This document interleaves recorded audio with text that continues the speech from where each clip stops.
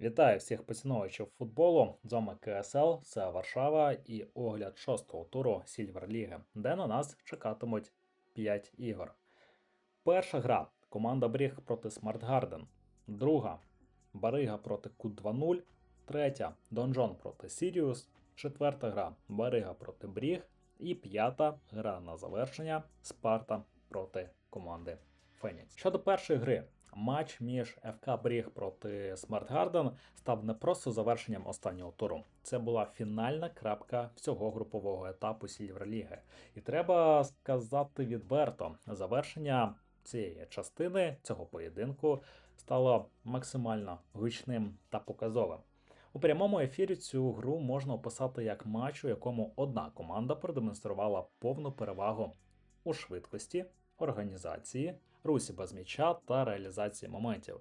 Смартгарден провів зустріч на рівні команди, яка вже зараз готова боротися за найвищі позиції у плей-офф. Перед стартовим свистком турнірна таблиця виглядала дуже цікаво. Смартгарден підходив до заключного туру на 4-й позиції Сільверліги, маючи 37 забитих м'ячів, 28 пропущених та 10 очок. І вже тоді команда входила до числа найрезультативніших у лізі. ФК Бріг своєю чергою перебував на 7-му місці. 21 забитий м'яч, 36 пропущених і 3 бали. І саме оборона команди Бріг залишалася однією з головних проблем команди протягом усього групового етапу. Окремий контекст цьому матчу додав той факт, що це був 6-й тур, заключний перед плей-офф. Після фінального свистка таблиця мала сформувати остаточний вигляд, а тому команди виходили на поле не лише за результатом, а й за психологічною перевагою перед вирішальною частиною сезону. Але те, що ми побачили на полі, дуже швидко перетворилося на справжній футбольний шторм від Смартгарден. Вже на другій хвилині Володимир Дацьків відкрив рахунок після передачі Максима Гололобова, і цей момент фактично задав темп у цьому матчу. Смартгарден грав із величезною інтенсивністю. Високий пресинг, миттєвий перехід із оборони в атаку, постійний рух між лініями, швидкі вертикальні передачі. ФК Бріг попросту не встигав перебудовуватися. До перерви Смартгарден забив 8 м'ячів і практично повністю зламав структуру гри суперника. Але найголовніше, команда не зупинилася після перерви. Темп залишався таким самим високим до останніх хвилин зустрічі. І це показник не лише емоцій, а й серйозної командної дисципліни. Особливо вражала варіативність атаки Смартгарден. Команда не залежала від одного виконавця. Максим Гололобов оформив покер і регулярно створював моменти партнерам. Михайло Данко записав на свій рахунок хет-трик. Валентин Дейчаківський також оформив хет-трик. Юрій Заваліновський виконав величезний обсяг роботи в ролі плеймейкера. Володимир Дацьків вкотре підтвердив статус одного з лідерів атаки команди. І саме цей матч остаточно показав реальну силу Смартгарден у нападі. Після перемоги 19-0 команда завершила груповий етап із найкращою атакою всієї Сільвер-ліги. 56 забитих м'ячів у 7 матчах. У середньому, грубо кажучи, 8 голів за гру. Для порівняння, Сіріус забив 51, Q2.0 – 45, Спарта – 42. Тобто саме Смартгарден став найрезультативнішою командою регулярного чемпіонату. А от для ФК Бріг цей матч став болючим продовженням проблем в обороні. Після фінального свистка команда завершила груповий етап, пропустивши 61 м'яч у свої ворота. При цьому важливо сказати, що в атаці Бріг мав своїх сильних виконавців. Зокрема, Ілля Осацький залишався одним із лідерів команди за результативністю. Але цього дня Смартгарден практично не дозволив супернику створити щось небезпечне. Після завершення групового етапу можна впевнено говорити, Смартгарден підходить до плей-офф у статусі однієї з найнебезпечніших команд Сільверліги. Команда зараз перебуває на 4-му місці із найкращою атакою турніру 56 забитих м'ячів та з дуже потужною формою наприкінці групового етапу. І найголовніше, Смартгарден зараз виглядає командою, яка чудово розуміє власний стиль гри. Вони грають агресивно, швидко та дуже різноманітно в атаці. Для ФК Бріг цей матч став важким завершенням етапу. Команді доведеться серйозно переглянути гру в обороні та баланс між лініями, адже проти команд рівня Smart Garden нинішніх ресурсів виявилося недостатньо. А для глядача ця зустріч дала дуже чіткий сигнал перед стартом плей-офф. Smart Garden зараз одна з найбільш вибухових і результативних команд усієї Сільверліги. І подивимось на них вже більш точно у плей-офф етапі. А поки переходимо до наступної гри. Матч між ФК Барига та Ку-2-0 став однією з центральних подій заключного туру Сільверліги. Це була зустріч команда, яка вже йшла першою в таблиці проти одного з найнебезпечніших атакувальних колективів чемпіонату. І ця гра повністю виправдала очікування. Драматичний сценарій, постійна зміна темпу та розв'язка вже в кінцівці зустрічі. Перед стартом матчу Барига очолював турнірну таблицю, маючи за спиною 34 забиті м'ячі, 17 пропущених та 18 очок. Команда вже тоді мала найкращу оборону Сільверліги та виглядала найбільш збалансованою в лізі. Ку-2-0 підходив до гри на третій позиції. 40 приблизно забитих м'ячів, одна з найкращих атак чемпіонату, 2 поразки, 4 перемоги, і цей матч мав дати відповідь на головне питання. Що сильніше – організованість ФК Бариги чи шалений атакувальний темп ФК Ку-2-0? З перших хвилин стало зрозуміло – гра буде дуже щільною та напруженою. Обидві команди намагалися нав'язати власний стиль. Ку-2-0 більше працював через швидкі переходи та вертикальні атаки, а ФК Барига намагався контролювати структуру гри і не залишати простору між лініями. Перший ключовий момент стався на 17-й хвилині. Після призначеного пенальті Абдурахімов Асатіло хладнокровно реалізував свій момент і вивів Ку-2-0 вперед 0-1. І саме Асатіло став центральною фігурою матчу. Недарма його визнали найкращим гравцем не лише своєї команди, а й усього поєдинку.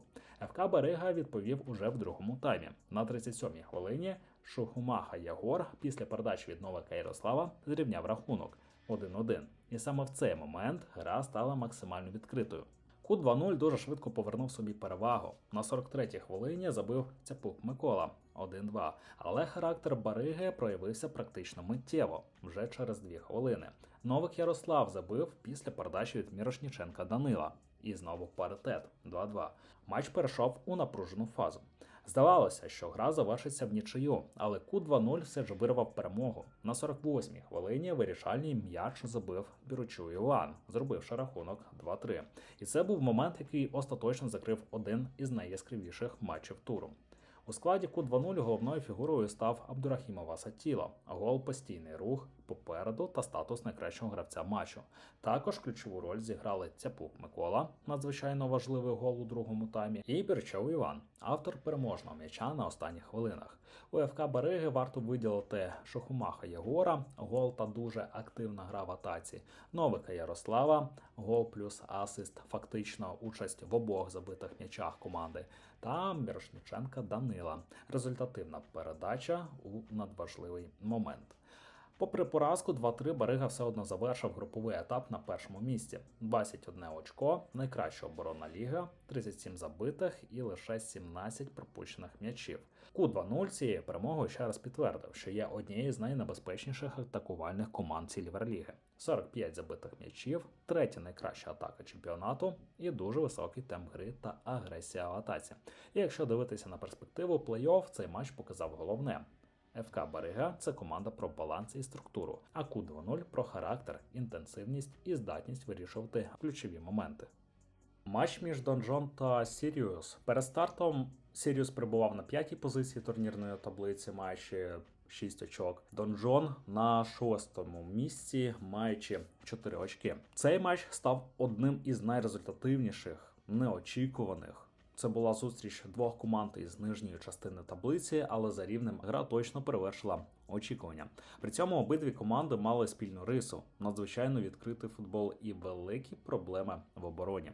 Саме тому ще до стартового свистка було зрозуміло – матч може перетворитися на справжню перестрілку. І так, в принципі, і вийшло. Окрему увагу перед грою привертав пивовар Ігор, головна атакувальна сила Сіріус та найкращий бомбардир Сільверліги. За 7 матчів він забив 20 м'ячів і впевнено очолює гонку бомбардирів чемпіонату. Гра розпочалася у дуже високому темпі, і Сіріус практично одразу почав нав'язувати свій атакувальний стиль. Вже на 19-й хвилині пивовар Ігор відкрив рахунок 0-1, а ще через кілька хвилин він оформив дубль, забивши на 24-й хвилині та вкотре підтвердивши статус найнебезпечнішого форварда ліги. Після цього Сіріус продовжив тиснути. На 22-й хвилині відзначився Ставінський Володимир, і Данджон опинився у дуже складному становищі. Проте саме в цей момент гра різко змінила сценарій. Данджон зібралися і буквально за кілька хвилин повернувся у матч. На 33-й хвилині забив Поліщук Олексій, на 35-й Пономарчук Артем, а вже на 37-й хвилині Власов Денис зрівняв рахунок. Саме цей відрізок став переломним емоційно. Сіріус почав втрачати контроль над грою, а Данджон отримав психологічну перевагу і хоч якусь надію на перемогу. Але другий тайм знову повернув усе. На 39-й хвилині Кириленко Влад повернув Сіріус перевагу 4-3. А вже на 45-й хвилині він оформив дубль, що стало одним із ключових моментів матчу. Данджон намагався повернутися у гру, однак Сіріус уже діяв набагато впевненіше у завершальній фазі. Остаточну крапку поставив Мелкорезов Давид на 49-й хвилині. 6-8. Матч завершився перемогою Сіріус у справжньому футбольному трилері, де команди фактично грали без пауз і майже не думали про оборону. Головною фігурою зустрічі вкотре став пивовар Ігор. Форвард Сіріус оформив дубль уже в першій половині матчу та задав темп усій грі своєї команди. І найголовніше, пивовар Ігор, повторюсь, найкращий бомбардир Сільверліги. 7 матчів, 20 забитих м'ячів. І це фантастичний показник навіть для настільки результативного чемпіонату. Пригадати лише гру Смартгарден на самому початку, в якому було забито 19 м'ячів, навіть якби це зробила одна людина, навряд чи б наздогнати пивовара Ігора було б можливо. Також варто відзначити Кириленко Влад, дубль у другому таймі та надзвичайно важливі голи в момент, коли матч міг остаточно перейти під контроль Данджон. Мелкорезов Давид, автор фінального забитого м'яча, який закрив гру. Ставінський Володимир, активний рух між лініями від цього гравця та важливий м'яч на старті зустрічі. У складі Данджон варто виділити Поліщука Олексія, гол, який дав старт камбеку, Пономарчука Артема, дуже важливий м'яч у середині другого тайму, та Власов Дениса. Гол, який повернув інтригу та повністю оживив матч. Перемога 8-6 дозволила Сіріус завершити груповий етап на 5-й позиції. 51 забитий м'яч, 62 пропущених, 9 очок. Команда вкотре підтвердила свій статус одного з найбільш агресивних та непередбачуваних колективів Сільверліги. Данджон завершив турнір на 6-й сходинці. 31 забитий м'яч, 52 пропущених та 4 очки. І хоча результат сезону для команди виявився непростим, саме такі матчі показують головне. Данджон до останнього намагався грати у відкритий футбол і не боявся відповідати навіть на найпотужніший атакувальний тиск суперника. А Сіріус ще раз довів, коли команда ловить свій атакувальний ритм, зупинити її надзвичайно складно. Матч між Барига та Бріг став дуже показовим для обох команд у Сільверлізі. З одного боку лідер чемпіонату з найкращою обороною, а з іншого Бріг, який намагався нав'язати боротьбу, але мав серйозні проблеми зі стабільністю протягом всього сезону. Ми вже знаємо, що Барига виглядає однією з найсильніших команд турніру. Це перше місце в таблиці, як факт, найкраща оборона ліга.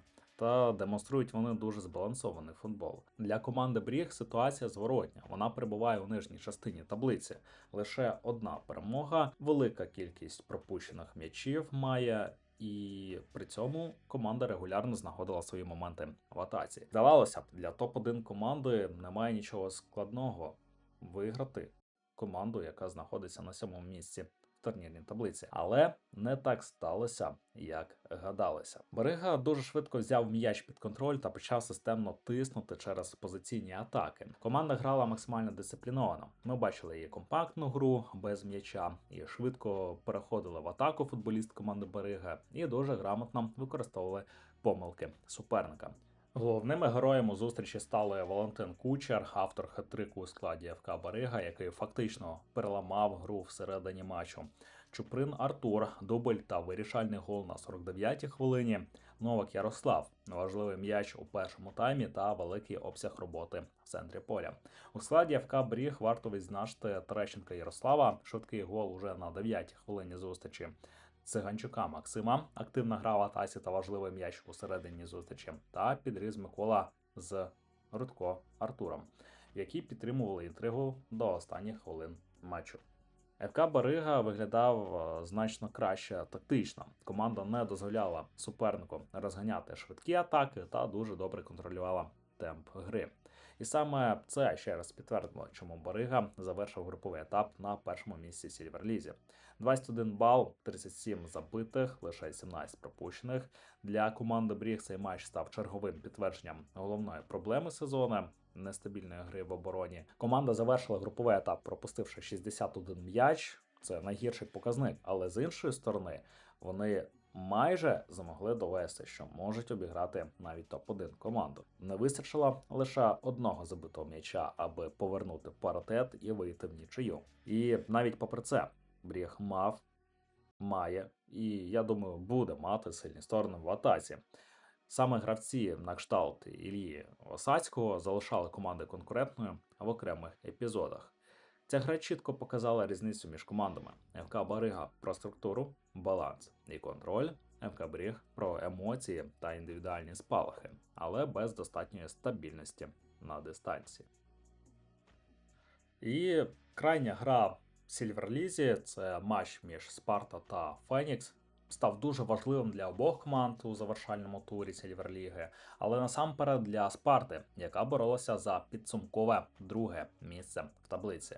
Перед грою Спарта перебувала серед лідерів чемпіонату. 5 перемог у 6 матчах, 37 забитих м'ячів і одна з найстабільніших команд ліги. ФК Фенікс підходив до зустрічі на останньому місці. Без перемог, 35 пропущених м'ячів, але з доволі непоганою атакою – 40 забитих за турнір. І саме це робило матч потенційно небезпечним для фаворита. Але Спарта дуже швидко показала різницю в класі та організації гри. Команда контролювала темп практично весь матч, активно пресингували, швидко переходили в атаки та постійно створювали чисельну перевагу попереду. Ключовими фігурами у цьому протистоянні за команду Спарта однозначно є Лілявський Назарій, який зміг оформити покер, Купчаков Адеміль, який також забивав на 23-й хвилині. Разом вони зробили рахунок 5-3. За команду Фенікс це Назаровець Максим, який зміг повернути паритет і навіть десь вивести свою команду вперед, і Сворин Ростислав, який забив на 46-й хвилині матчу. Кінцевий рахунок 5-3, і Спарта отримала перемогу. Спарта виглядала значно зріліше тактично та краще працювала без м'яча. Саме це дозволило команді завершити груповий етап на другому місці у Сільверлізі. 18 балів, 42 забитих м'яча, одна з найкращих атак чемпіонату. ФК Фенікс завершив регулярний чемпіонат на 8-му місці.